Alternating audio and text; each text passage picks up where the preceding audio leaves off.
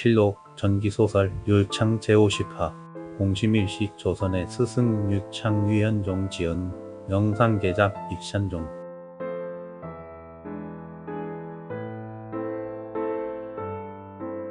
왕도정치는 덕인애가 살아있는 삼치의 백성 낙생정치를 말함이었다. 이건 원초적 민주주의의 사상이기도 했다.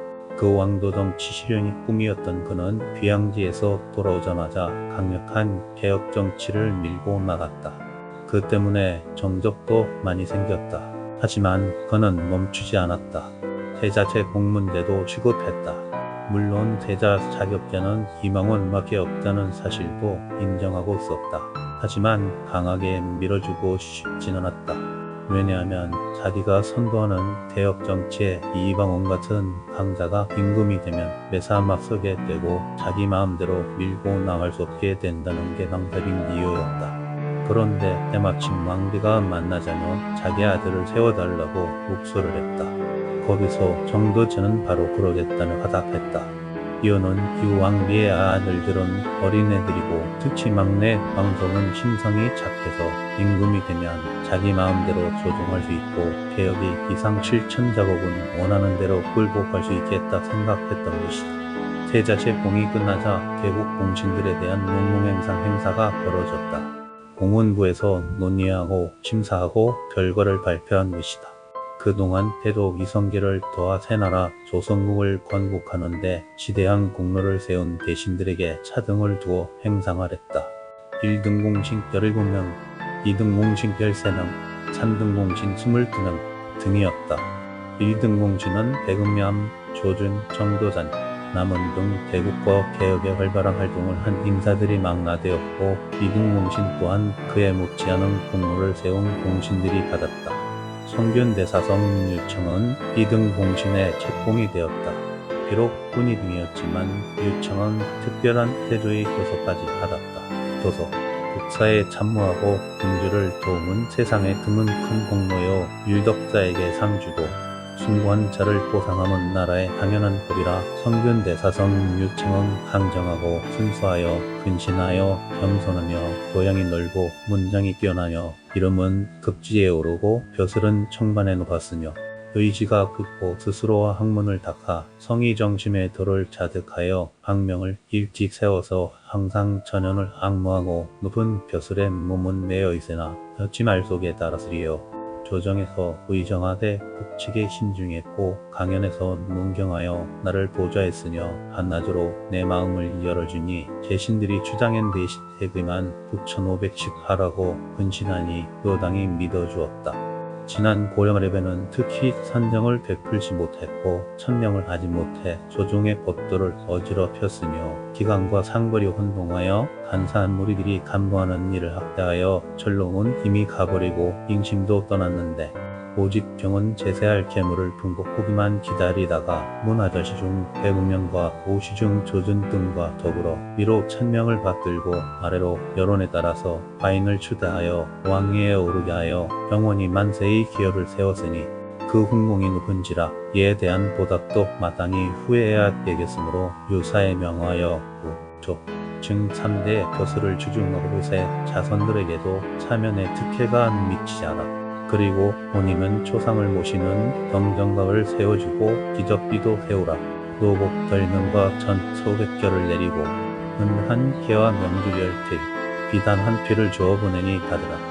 조정에 나와서는 충성할 것과 물러가서는 보좌할 것을 생각하고 부침을 가지며 태평지세가 되도록 힘쓰라. 예 교시하노라. 태조대왕 하기로서 공신이 되었다는 것은 길이 남을 가문의 영광사이기도 하지만 어찌 보면 막 개창한 신왕조로서는 필요 불가결한 행사였다. 무엇보다 중요한 것이 집권 세력의 충성심 단결이 중요했던 것이다. 그 구심점은 역시 새로운 왕상의 천도였다. 1394년부터 침도 건설이 시작되어 그 이듬해에는 경국궁이 완공되었고 고성 추초도 밤이 신설되어 전체 건설을 지휘했다. 책임자는 정도른이었다. 그는 동학산, 낙산, 임왕산, 남산 등을 실측하여 도성범위를 정하고 각종 궁궐과 종묘 등을 건축했으며 성의 사대문과 사성내 이름은 물론 경복궁, 군장단, 사장단, 격태전 등 이름을 만들었고 한 성을 오부 52방 등으로 나누는 행정구획도 정했다. 성균관 대사성 유청은 세왕조가 시작하면서 꼭 필요한 과거시험에 대한 건의를 조회해서 보했다. 과시는 중요한 국가적인 행사입니다. 과시를 통해서 우수한 인재들을 발굴하여 국가가 필요로 하는 모든 부서의 관료로 양성해야 하며 과시의 또 다른 목적인 광범위하고 두터운 학문하는 선비층을 만들어 이 나라 학문이 꽃을 피우게 해야 합니다. 그러기 위해서는 부왕졸 시대의 과식을 세왕조에 맞게 상정하여 과거시험을 시행해야 한다고 사료되옵니다. 그러자 임금이 바로 수긍했다. 시의적절한 제안이오. 올해로서 우리 조선국은 처음으로 과거시험을 행하게 되는군요. 불필요하고 잘못된 부분이 있으면 과식을 새롭게 고치고 상정해야 하겠지요. 그네는 주무부처인 성균관의 대사성이니 그네가 알아서 면목일신한 과식을 만드시오. 상감마마의 명받대로 행하겠나이다. 율청은 지금까지의 고려 과거시험 제도와 시행규칙 등을 면밀하게 검토하고 보고하여 새로운 과식을 만들어냈다. 다음에 3월에 실시되는 과시부터 적용하기로 했다. 한편 한관들이 임금에게 병연에 빠지지 말 것을 간곡하게 추천했다. 그러자 임금이 말했다. 수염과 귀밑머리가 벌써 허옇게 되었는데 여러 유생들과 함께 강론을 들을 필요가 있겠는가? 그러자 도승치 안경공이 대답했다. 간관의 말은 전하께서 그를 읽으시게 하려니 아니고 대개 정직한 사람을 가까이 하여 바른 말을 들으시게 하려 함으로 하나이다. 그래 과인이 비록 병연에는 나가지 않더라도 매양 현전에서 병연 대신으로 대사성 유청을 불러 거의 매일 대항연의 진강을 받고 배우니 너무 괴념치 말라.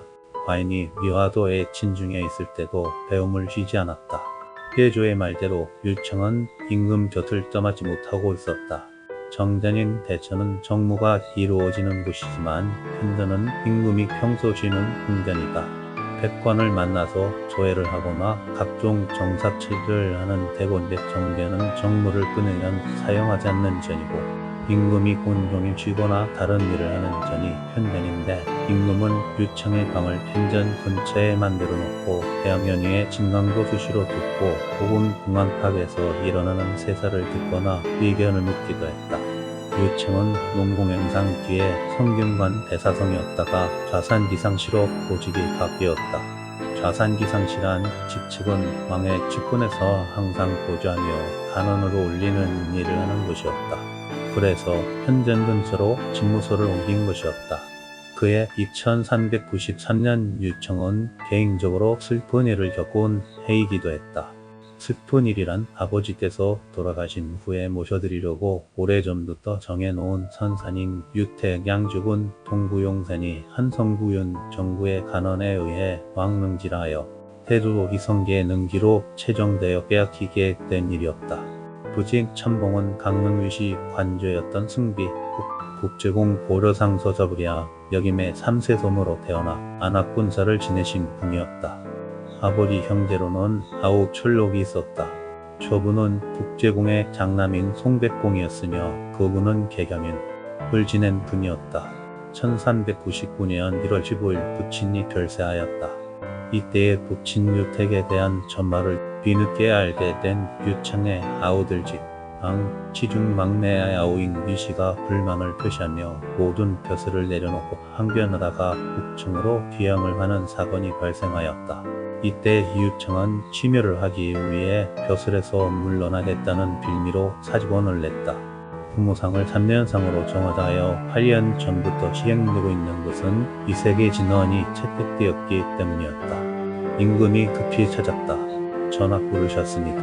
사직을 하겠다고? 예, 전하 통보하옵니다. 원래 효성이 지극한 사람이니 부친노소 옆에 초망을 짓고 부친을 모시고 3년상을 치러야 한다고 생각하겠지. 승낙하여 주옵소서. 3년상을 마치면 현직에 돌아오겠나? 죄송한 말씀이오나 저의 누대의 고향인 강릉 옥계의 계곡으로 들어가 수행을 하려고 합니다. 수행, 불사로 출가하겠다는 건가? 태조가 놀라서 물었다. 아닙니다. 그럼 그네가 항상 부러워하는 그 방사가 되기 위한 수행을 하겠단 말이군. 방사는 신선이 되기 위해 신선도를 닦은 사람을 말한다. 신선사상은 법의 기원사상이다. 신선도의 주제는 우화동선 불로장생이다. 도를 닦고 또 닦다 보면 진인이 되고 신인이 되며 나중에는 선인이 되어 불로장생하게 된다. 불로조는 삼신산에만 있다. 동매산, 황당산, 영주산이 삼신산인데 모두 동해바다 속에 들어있다. 보통 사람들은 접근할 수 없다. 방사 신선만이 주술을 부여 그 산에 들어가 불로초를 구할 수 있다. 역대 제왕 중에서도 신선 사상을 철석같이 믿은 군주는 진나라 시황제와 한나라 문제였다. 이 신선 사상은 노자와 장다에 이르러 선도로 체계화됐으며 문명wen과 복전무속 참이설 등을 더하고 의학, 약학의 신비적인 방술까지 포함하여 민간에 깊숙이 스며들어 있었다. 어느 날 태조는 대학 연희의 진강을 듣다가 문득 물었었다. 내가 죽고 나면 어디로 갈까? 유공은 불로장생의 도를 닦아 터득하면 영원히 죽지 않는 신선이 되겠지만 내 혼은 부천을 떠돌고 내 백은 흙속에 묻혀 썩어서 없어지겠지. 전하께서는 절 아주 크게 오해하고 계시는군요. 저는 친선이 되어 불로 영생하려고 친선들을 깊이 믿고 있는 건 아닙니다. 단 한 가지 제가 죽어서 혼백이 어찌 되던 괴염치 않습니다. 죽던 살던 무의자연으로 돌아가고 싶다는 게 목적입니다. 무의자연이란 무엇인가?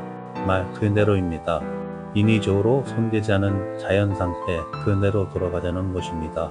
자연은 원래 자유자재하고 스스로 고려해서 무엇에든지 의존하거나 간섭받지 않고 정신에 독립된 상태를 말합니다. 인간이 그릇된 지식이나 욕망으로 무엇을 하려고 하는 인위적인 행위와 사고로 인하여 국가와 사회의 혼란이 일어나게 되는 겁니다. 이게 바로 자연의 본래 상태에서 멀어진 증거입니다.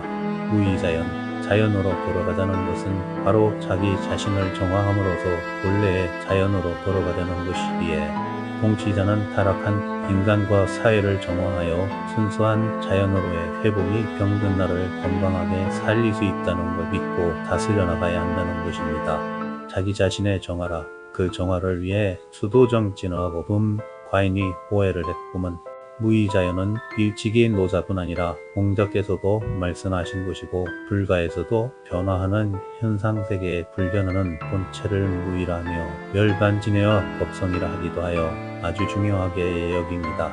태조는 유창이 경도된 신선사상이 이상한 방술이나 불이며 단순한 불로장생 불로전화 후하는 미신으로 알았다가 유창의 자세한 얘기를 듣고 그 또한 제왕이 달아야 할 덕목 중 하나라는 걸 깨달았다.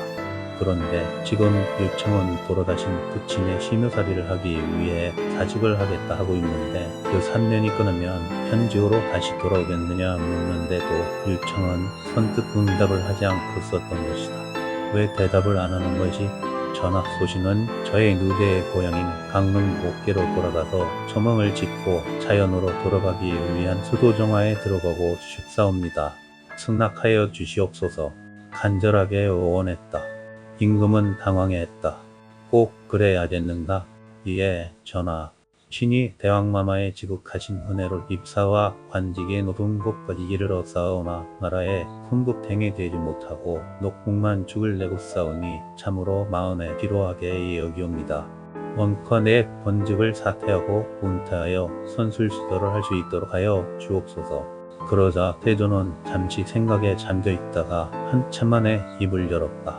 그네가 과인에게 특별한 지호를 받음이 하루 이틀이 아니며 다른 신하들도 그 내를 향한 나의 대우함이 특별하다고 다 생각하고 있는데 지금 그네가 갑자기 응고한다면 모든 사람들이 뭐라 말하겠는가? 또한 친선을 배우는 사람은 반드시 자기 임금과와 합의를 벌여야 하지 않는가? 그렇게 하지 않으면 수도 정진을 할 수 없는 것이니 과인을 버린다면 불중요. 어고이를 버린다면 불응인데 그거 알면서 신선을 배우고자 하는 이유가 뭔가?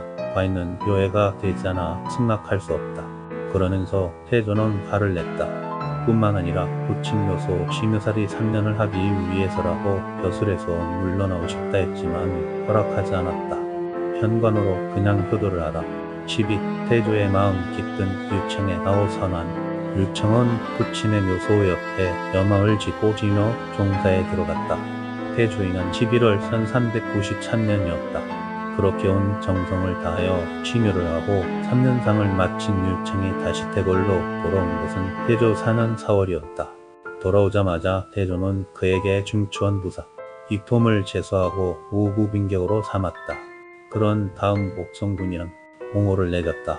새 벼슬을 내리면서 태조는 조촐한 면회를 열어 그간의 노후를 치하했다. 흥천우숙하면서 그동안 많은 고생을 했네. 이렇게 다시 보니 기쁘구먼. 태조는 술잔을 꺼내면서 미리 준비했던 끝이 큰 두루마리 한 통을 하사했다. 이게 무엇입니까? 펼쳐보게. 선술수도를 위해 관직에서 물러나고 싶다 해서나 과인이 막았지. 과인이 막은 이유가 있네. 지금 새 나라를 개창한 지 이제 이 3년이래. 나라의 앞날이 불안하지. 병은 과인과 함께 나라를 개국했는데 아직 자리도 잡지 못한 상태인데 선술한다고 병이 빠져나간다는 게 말이 되느냐 말이래. 신의 잘못을 용서해 주소서. 그래서 막은 거야. 그리하고 보니 한편 미안한 생각이 들더구먼. 그런 생각을 하면서 절필히 해보았네. 경에 아울새. 전부 사오은퇴면 계곡에 들어가 바위가에 초망을 짓고 살고 싶다 했지. 그래서 지은 아울새. 감사합니다. 유청은 두루마리를 펼쳐보았다. 두 자의 글씨가 적혀 있었다. 선함, 어떤가? 너무도 감격한 유청은 두루마리를 머리에 높이 받쳐들고 부복했다. 성은이 망극하옵니다. 신선이 사는 초막, 선함, 그걸 그리워했지. 그래서 선함이란 아우를 내린 것이래. 마음에 드시나? 감업할 따름입니다. 전하께서는 항상 소신의 폐부를 꿰뚫고 계시셔서 두렵습니다. 마음에 든다니 다행이래. 실은 심야여 염막에 있는 동안 소신도 졸시를 하나 써서 자족했는데 전하께서는 아우를 내리시네요. 무슨 시를 썼는지 들려줄 수 있는가? 예, 산수가 산은 절로 고요하고 물은 절로 흐르니 이게 천지의 성품이래. 꽃은 절로 피고 새는 절로 울어행이 이곳은 만물의 성장. 바위도 절로 있고 신선으로 벌을 삼으니 이게 나의 즐거움. 어느 곳에 있던 것들이 때때로 찾아온다네. 산자정 산자동 천지지성 화백발 조자재 만물지성 암자성 선자오 자가지취 합추임남해. 역시 끌대와 난 언제나 마음이 통하고 있구먼. 아무튼 훗날 만사 다 고쳐놓고 선한 추망을 찾아가 신선도를 닦을 날이 있겠지. 그때 함께 밤새 성원이 망극하옵니다. 한편 그의 해동성리학의 태도였던 놈은 이색이 병을 앓다가 68세를 일기로 영면하게 되었다. 그는 학자로서의 일가를 이루기도 했지만 항대 제1의 신진 유학자들을 제자로 길러낸 공로는 하의 출동을 불허했다. 정몽주도 그의 문화생이었으며 이승인, 박선중, 윤소종, 비행, 김구용, 권건, 유창 등의 제자였다. 학자로서는 불우한 생애를 보냈지만 역사의 전환기에 그가 남긴 공적은 아주 컸다. 수백년 동안 불교가 공치이념으로 정치, 사회, 민생 전반을 지배해왔지만 유학을 배운 신세대가 새로운 지도 세력으로 대두되는 전환기에 그가 가르친 유학의 이념이 신통치이념으로 자리 잡게 된 것이었다. 그의 제자들이 그 주인공이 되어 신왕조, 조선국을 탄생시켜준 것이다. 정방정치를 폐기시킨 것도 그였고 3년상 제도를 건의하여 정착시킨 것도 그였고 성균관 학칙을 새로 제정한 것도 그였으며 정몽주, 이승인, 김구영, 유청을 학관으로 초청하여 관생들을 가르치게 한 것도 위색이었다. 그 장례식을 격식에 맞추어 장중하고 근엄하게 치러낸 이는 중추원부사의 유청이었다. 그는 두 분 스승전 녹생 이색의 상사를 모두 주례가 되어 치른 셈이었다. 고지역도 하나의 조상이 생겨났다. 세자의 책모인 친덕왕후 강씨가 유명을 달리한 것이다. 친덕왕후의 죽음은 마치 노국 공주를 잃어 그 슬픔으로 회인이 되어버린 국민왕처럼 대조 이성계에 말할 수 없는 슬픔을 몰고 왔다. 그녀의 소생인 어린 방석 왕대를 세자로 삼은 것도 그뿐이 아들에 대한 사랑이 커서이기도 했지만 왕비를 평소에 너무도 사랑하고 있었기 때문에 그녀의 정을 선뜻 들어준 것이었다. 어떻게나 슬퍼하는지 주변에 있던 모든 대신 본래의 번속들도 차마 마주 볼 수 없이 민망한 지경이었다. 성대하게 국장이 치러졌다. 한편 나라의 개혁 정책은 여러 방면에서 성과를 얻고 있었다. 그건 개혁의 선두에 선 정도전의 능력과 발약 덕분이었다. 정도전은 굶지게는 만물박사였다. 정치, 군사, 사법, 경제, 사회, 문화 전반을 종목화하는 수십 편의 저술을 간행하기도 했다. 대표적인 저작물을 보면 가장 중요한 왕조의 헌법이라 할 수 있는 조선경국전, 그 후 완성된 회고가 된 그리고 성군의 통치이념이며 경제론서인 경계문감을 냈고 지방관리들의 지신서인 감사여획을 집필했고 강무도 진덕 등의 병서도 저술했다. 특히 강무도나 진덕은 당장 필요해서 만든 병서였다. 새로운 대륙 강국이 된 명나라는 진흥조선을 끊임없이 괴롭혔다. 어떻게 보면 몽고보다 다 심한 조공을 요구해왔고 심지어 처녀공추까지도 요구했다. 이에 정도전은 제2차 요동정보를 준비해야 된다고 주장했다. 본때를 보여줘야 명이 무시하지 못하고 그걸 기화로 요동 땅을 점유할 수 있다는 계획이었다. 정도전은 전군을 정비하고 자기가 개발한 병법서로 강도 높은 조련을 지키기 시작했다. 정도전이 그렇게까지 강공측을 주장한 데는 그럴만한 이유가 있었다. 대국 초세를 축하하는 봉기사를 명예 보낼 때 표전문도 작성하여 보내야 했다. 표는 정께 올리는 경하의 글이며 저는 태자에게 올리는 경하의 글을 말함이었다. 이것을 정조표전이라 했다. 그 글은 정도전이 작성하게 되었다. 조선에서 온 사신에게서 표전문을 받아본 명계 주원장은 화를 냈다. 표전문에 명과 명예의 제왕을 얕잡아보며 가지고 노라운 모욕을 주는 경박치모의 문구가 있으니 작성자로 밝혀진 정도전이란 자를 붙잡아 속히 보내라 했다. 실록 전기소설 6창 제50합끝 다음 제51화에서 계속됩니다.